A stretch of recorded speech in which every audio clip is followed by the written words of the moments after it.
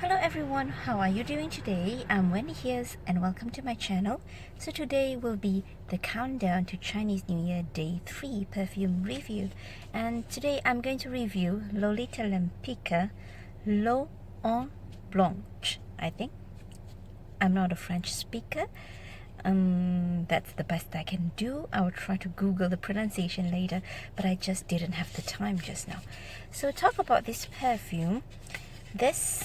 Let me show you the picture of the bottle.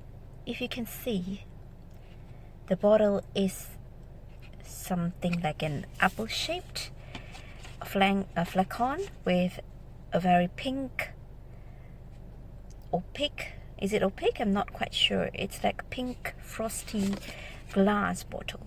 So this fragrance, according to what is said, when the heart races, with this new eau de parfum, Lolita Lempicka brings all women in love, and ode to love, a new story that every girl dreams of being the heroine of one day.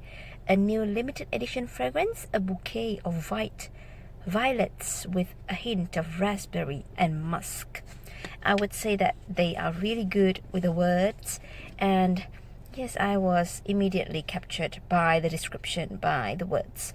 So language, English language is really beautiful.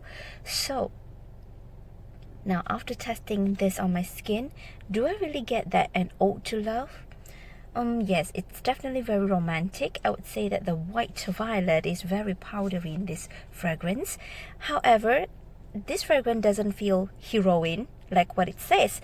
It is, on the contrary, very soft, very feminine, and not like a heroine way.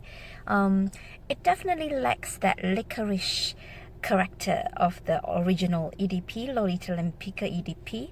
That is a very sharp licorice, very recognizable scent. But this one just lacks that licorice note. And what I get is a very powdery opening, almost as powdery as Kenzo flower. And it's very powdery, very kind of like violet powdery, almost like putting on baby powder on my skin, but it's just a little tad bit more sweeter than the Johnson & Johnson baby powder. And other than a powdery note, in the beginning I didn't really get anything other than powderiness. Then it slowly opened up.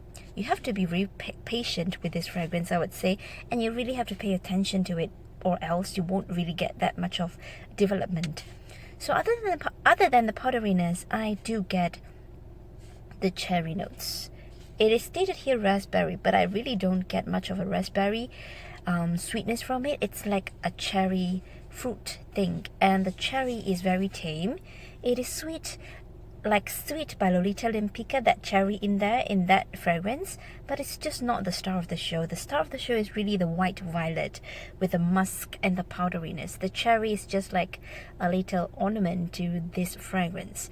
And after that, however, I think I like the base of this fragrance because it's really deep, the base. It's like the anchor of the tonka bean and the vetiver.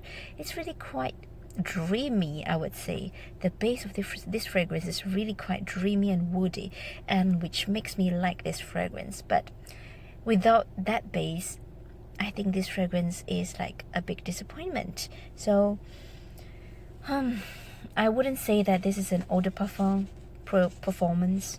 For me, it's quite like eau de toilette. It's quite watery.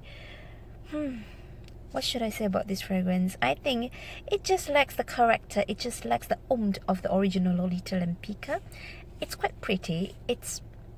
But it lacks some kind of like personality. So that's all from me. That's the end of day 3 review. I'll see you in the next one. If you have tried this fragrance before, do let me know in the comment down below. That's all. See you. Bye.